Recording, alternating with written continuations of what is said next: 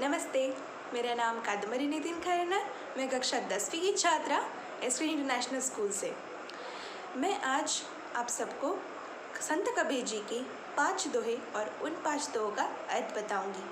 पर उससे पहले एक छोटी सी जानकारी संत कबीर जी के बारे में। संत कबीर जी का जन्म 15वीं सदी में काशी में हुआ था। माना जाता है कि उन्हें 120 वर्ष की आयु भी प्राप्त हुई। उन्हें भारतीय रहस्यवादी कवि भी माना जाता है। तो इस महाकवि का पहला दोहा। फल कारण सेवा करे, करे न मन से काम, कह कबीर सेवक नहीं चाहे चौगुन दाम। संत कबीर जी अपने इस दोहे में स्पष्ट करते हैं कि जो सेवक फल के हेतु सेवा प्रदान करता है वो सच्चा सेवक नहीं कहलाता। फिर चाहे उसे कितना ही बड़ा दाम मिले पर वो सच्चा सेवक नहीं कहलाएगा, क्योंकि मन ही मन फल की लालसा उसके मन के अंदर बैठ चुकी है और इस कारण वो अपना कार्य ठीक ढंग से नहीं कर पाएगा। और संत कबीर जी ने ये भी बताया है कि ऐसे लोगों पर विश्वास रखना योग्य नहीं, क्योंकि वो विश्वास पात्र ही नहीं होते। इसलिए जो मालिक है वो सतर्क रहे कि वो ऐसे सेवक नहीं रखे, और अगर हम सेवक हैं तो हमें दिया गया हर एक कार्य हमें पूरी निष्ठा से करना चाहिए। यही इस दोहे में बताया गया है संत कबीर जी द्वारा। दूसरा दोहा। कामी क्रोधी लालची, इनसे भक्ति ना होए, भक्ति करे कोई सूरमा, जाति वर्ण कुल खोए। संत कबीर जी अपने इस दोहे में कहते हैं कि अगर संत कबीर जी अपने इस दोहे में कहते हैं कि जो व्यक्ति लालच और क्रोध अपने दिल में रखकर अगर भक्ति करता है तो वो भक्ति योग्य ही नहीं, क्योंकि उस भक्ति का कुछ फ़ायदा ही नहीं। क्योंकि लालच और क्रोध से भरी भक्ति ये तो भगवान भी नहीं स्वीकारते। पर अगर हम हमारे मन में निर्मलता, सच्चाई और अच्छाई को लेकर अगर हम भक्ति करते हैं तो शायद वह भक्ति भगवान ही स्वीकार करें। क्योंकि अगर हम हमारे दिल में लालच, क्रोध, ये सारी गलत भावना अगर हमारे मन में रखते हैं तो उसका कुछ अलग ही व्यवहार होता है, कुछ अलग ही भावना निर्माण होती है, जिस कारण आपको ही नहीं दूसरों को भी अच्छा नहीं लगता। तो फिर भगवान को कैसे अच्छा लगेगा। इसलिए अगर हमें भक्ति करनी है तो हमें हमारे निर्मलता से करनी चाहिए, सच्चाई और अच्छाई से करनी चाहिए। कबीर जी ये भी कहते हैं कि जिस व्यक्ति में अंदर क्रोध और लालच भरा है, अगर वो दूसरा व्यक्ति किसी और व्यक्ति को अपन भेदभाव करता है, फिर वो चाहे वर्ण से हो या फिर उसकी जाति से हो, अगर वो भेदभाव करता है तो वो भक्ति भी कुछ काम की नहीं। पर अगर दिल में सच्चाई हो तो फिर वो भक्त किसी भी जात का हो, किसी भी वर्ण का हो, किसी भी रूप का हो, वो भक्ति कर सकता है और उसकी भक्ति सीधा भगवान को जाएगी। यही था दूसरे दोहे में। तीसरा दोहा। जब गुण का गाहक मिले तब गुण लाख बिकाए, जब गुण का गाहक नहीं तब कौड़ी बन जाए। कबीरदास जी अपने तीसरे दोहे में कहते हैं कि जब गुण को उसका सही ग्राहक मिलता है तब उसकी कमाई लाखों में होती है, पर जब उसी गुण को अगर ग्राहक नहीं मिलता तो वो कौड़ी के भाव में जाता है। तो संत कबीर जी का ये मानना है कि अगर गुणों को परखना है, अगर वो सही गुण परखना है तो सही ग्राहक भी चाहिए। पर आजकल की दुनिया में सारे लोग पैसा, लालच इसके पीछे पड़े हैं, तो फिर गुण का सही परख कौन करेगा, कौन सा ग्राहक करेगा। इसलिए संत कबीर जी ये कहते हैं कि अगर संसार के सारे व्यक्ति ने अपने अंदर सत गुणों को अपने अंदर डाला तो उससे सारे लोगों का भलाई होगी।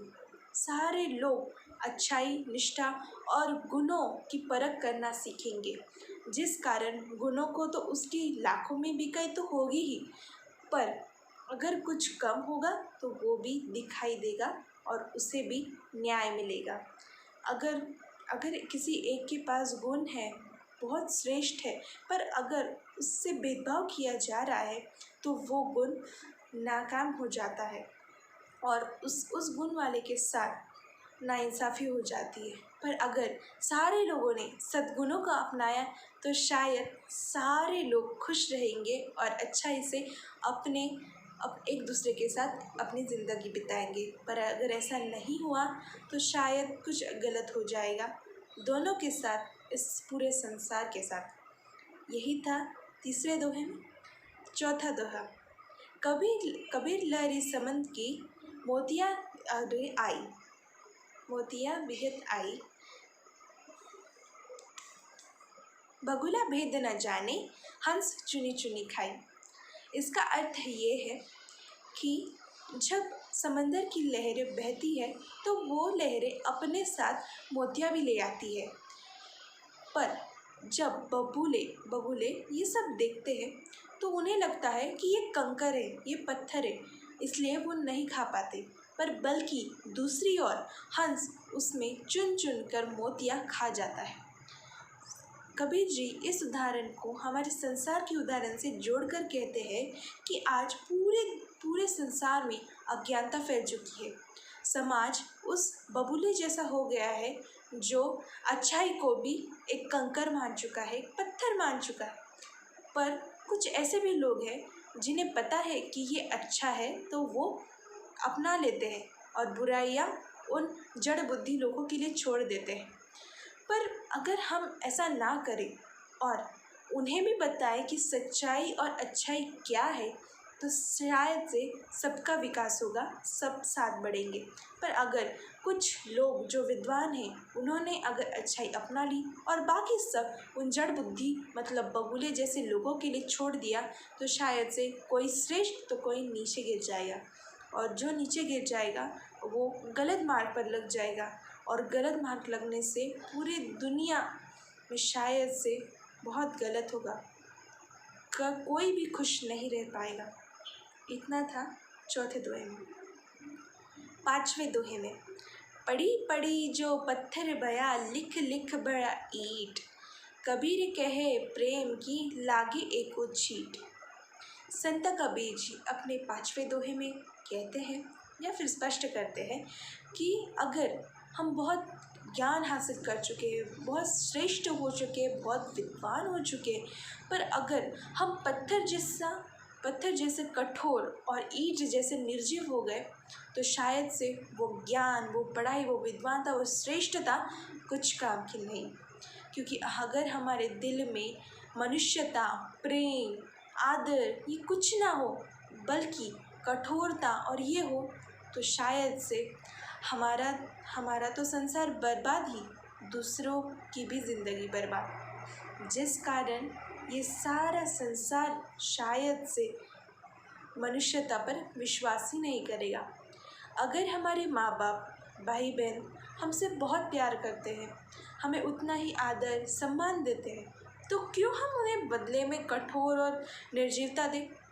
हम भी उन्हें प्रेम दे सकते हैं, हम भी उनको उतना ही आदर सम्मान दे सकते हैं।